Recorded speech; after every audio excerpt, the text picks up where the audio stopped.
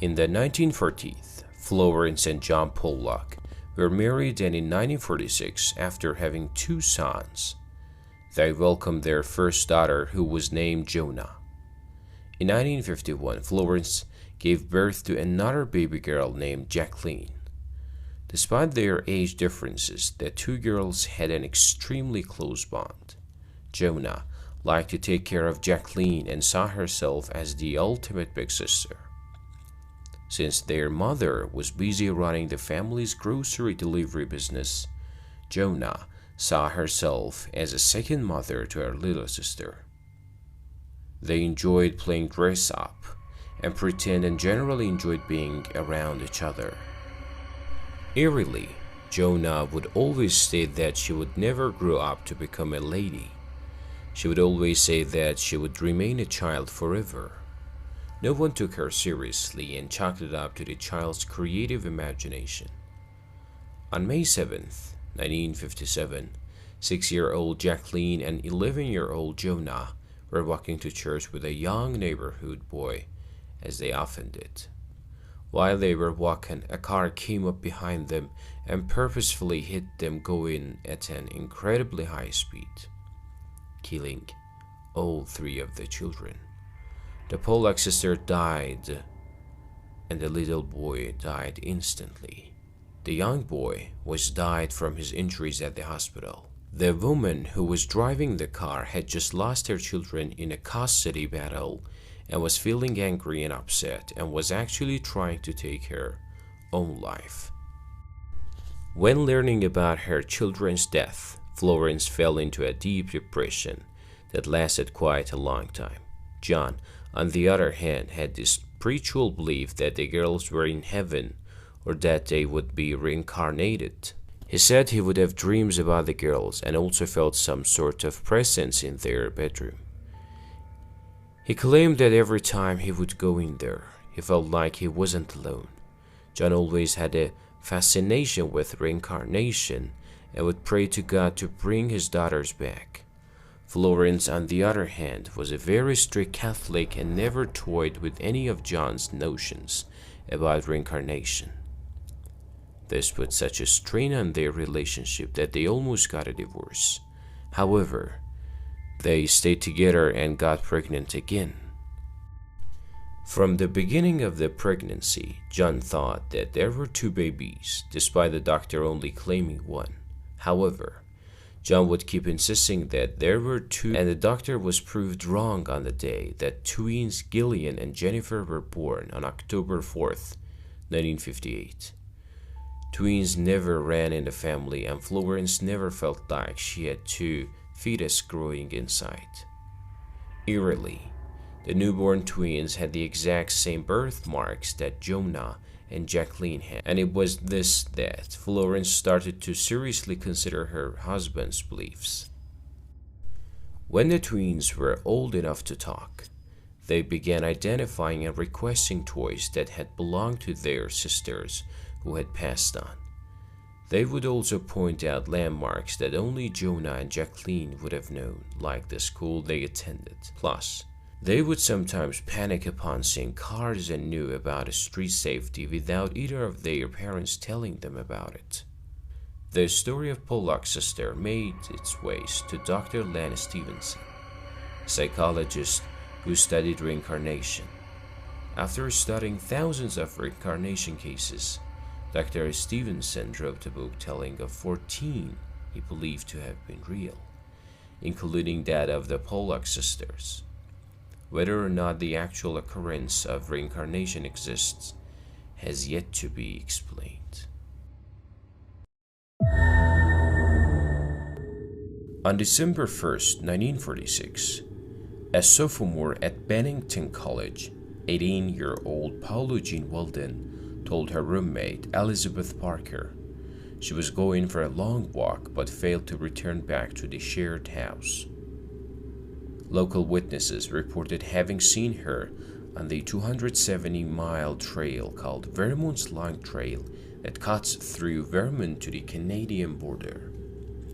A search party was immediately formed, but no clues were found on the trail.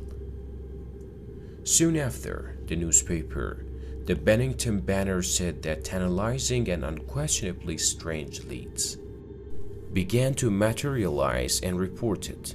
There was one in particular made by a Massachusetts waitress that she had served an agitated young woman, matching Paulu's description. Upon learning of this lead, Paulu's father disappeared for 36 hours, supposedly in pursuit of the lead. Nevertheless, the authorities thought it was strange and it led to him becoming a prime suspect in Paulu's disappearance. Stories began circulating that Paulu's home life was not nearly as idyllic and picturesque as her parents had initially reported to the police. Apparently, Paulu had not returned home for Thanksgiving the week prior, and she may have been upset about a disagreement with her father. While claiming his innocence, Paulu's father posited a theory that Paulu was distraught about a boy she liked at a school, and that perhaps the boy should have been a suspect. Over the next decade after Paulu's disappearance, a local Bennington man twice bragged to friends that he knew where Paulu's body was buried. However, he was unable to lead the police to anybody. With no evidence of a crime, nobody, and no forensic clues, the case grew cold and the fate of Paulu Jean Weldon was never discovered. The Flannan is a group of rocky, uninhabited islands off the western coast of Scotland. The islands are best known to be adored by sheep, and shepherds often sail their flock there to graze. Sheep that grazed on the Flannan were believed to give birth to twins or recover from illness. Despite it being a paradise for the woolly critters, rumors of a haunted spirit have prevented shepherds from ever staying overnight. In 1896, the Board of Trade funded the construction of a lighthouse on the largest of the Flannan Isles, Ellenmore. In December 1899, the lighthouse was completed and let for the first time. 4 lighthouse keepers were assigned to maintain the lighthouse and work for a rotation of 6 weeks on, 2 weeks off. This meant there were only 3 men on the island at the same time. In mid-December, the 3 men on the island were the 43-year-old principal keeper, James Ducat, who had a wife, 4 children, and 20 years' experience, the 40-year-old occasional keeper, Donald MacArthur, who was married and covering for the first assistant keeper who was on sick leave, and the 28-year-old second assistant keeper, Thomas Marshall. The 4th keeper, Joseph Moore, was off duty. Around midnight on December 15th, the steamship Arctur passed by the Isles.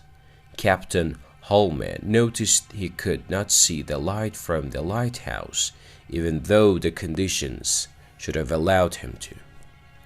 When the Arctur arrived in port, they reported the light's absence, even though this was never communicated to the Northern Lighthouse Board. On December 26th, the lighthouse tender ship, Hesperus, made a routine visit to Ellenmore. When nearing the island, Captain James Harvey found it odd that the Scottish flag had been removed from the flagpole. He then sounded the horn to get the attention of the 3 lighthouse keepers, but there was no response.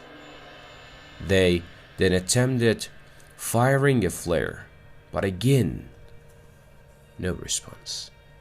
Joseph Moore was on board the Hesperus, and with no signal coming from the island, he was sent ashore.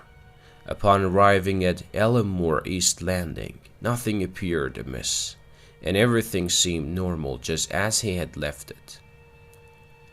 He went up the island to find the entrance gate, the entrance door, and the door after that all shut. However, the kitchen door was found open, and it was discovered that the fire had not been lit for several days. All of the clocks were stopped. I then entered the rooms in succession. Moore reported, "I found the beds empty, just as they had left them in the early morning." The bodies of the three men were never found, and their disappearance still remains a mystery to this day. In Scotland, there lies a bridge called the Overton Bridge that seems to call dogs to jump to their death. Since the early 1960s, over 50 canines have perished, and hundreds more have leapt but survived, with some returning for a second leap onto the jagged rocks that lie 50 feet below.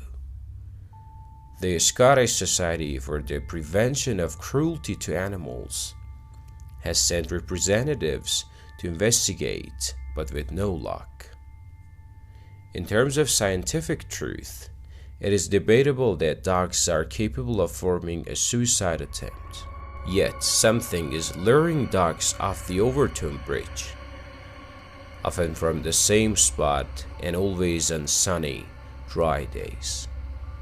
Many theories have conspired, including that the bridge is haunted. A small animal is marking the area with an irresistible scent, or a sound exists below the bridge that only dogs can hear. Whatever is causing this phenomenon, dog owners crossing this bridge would be wise to take extra caution and keep their dogs on leashes.